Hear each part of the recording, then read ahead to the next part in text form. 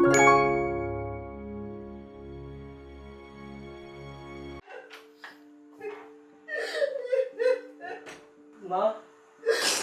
Ba't ka umiiyak?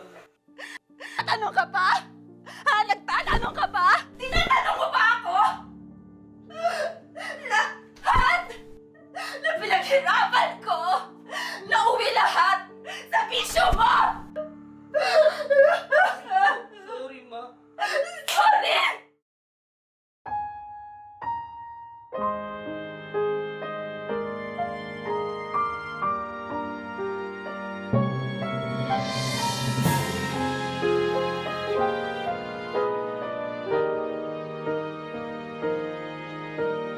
Dati po kaming Katoliko. Bilang isang asawa, hindi ko po nagampanan yung pagiging padre de pamilya kasi dahil sa mga bisyo ko po na nalulong po ako sa illegal na droga. Hindi ko po masyadong maibigay yung pangangailangan ng mga anak ko. Kasi doon po napupunta yung kinikita ko sa illegal na droga po. Nung time na nag-abroad ako, halos ang pera kong kinikita sa loob ng 4 years ko po, nandoon na lahat sa kanya po. Nagpadala po ako sa kanya monthly, regular po. Naka-itemize pa po yun. Nung time na nalaman ko po na hindi pala napunta yung pera ko sa savings sa mga anak ko, nakapag-decide talaga ako na iwalayan na siya kasi punong-puno na ako sa kanya. Parang wala na talaga akong pag-ibig na natira.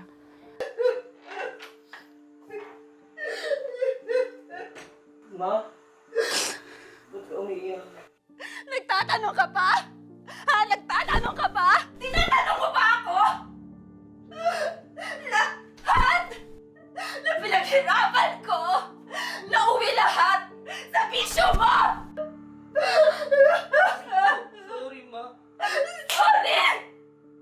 Pag balik ni sis sa abroad nung time na yun, akala niya tumigil na po ako sa aking bisyo. Nandyan lang ako sa bahay, pero kumukuha po ako ng droga. Time na yun, palagi kong nagkakasakit yung dalawa naming anak. Every 3 months, balik sa doktor. Siguro kailangan nating obserbahan yung kanyang sitwasyon. Salamat po. Nung time na yun na nasa abroad ako, Alan, Oh, hello. panoorin mo yung link na binigay ko sa'yo, ha?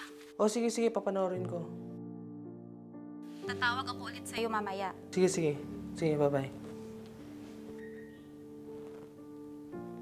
Nung napakinggan ko yung link na binigay niya, tinignan ko sa YouTube, doon naramdaman ko talaga na Ikaw palang may Diyos.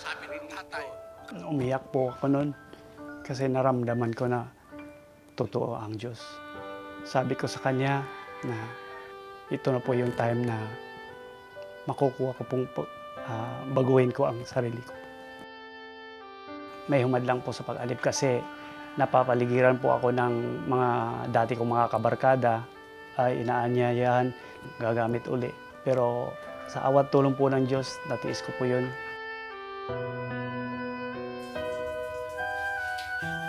Kahit nanginginig yung buong katawan ko kasi withdrawal syndrome sa droga kasi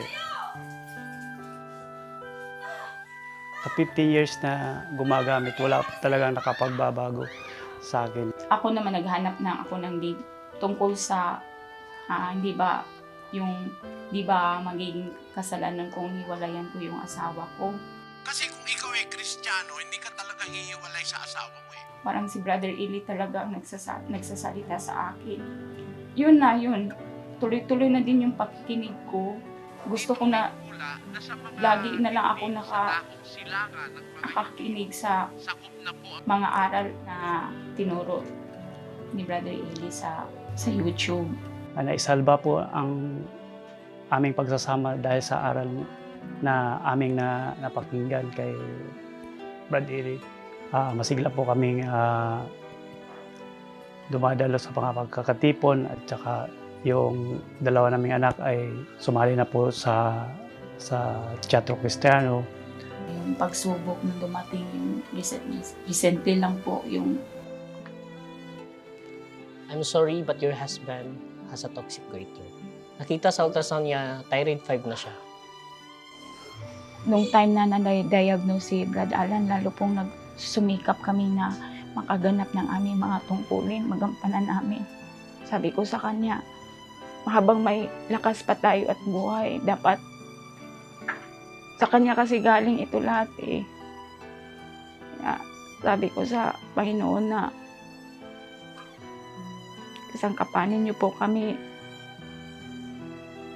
Lord, sa lahat ng aming mga gagawin. Sana yung kalooban niyo po ang laging masusunod po. Patuloy lang po tayong mananalig sa Diyos na nandyan siya palagi. At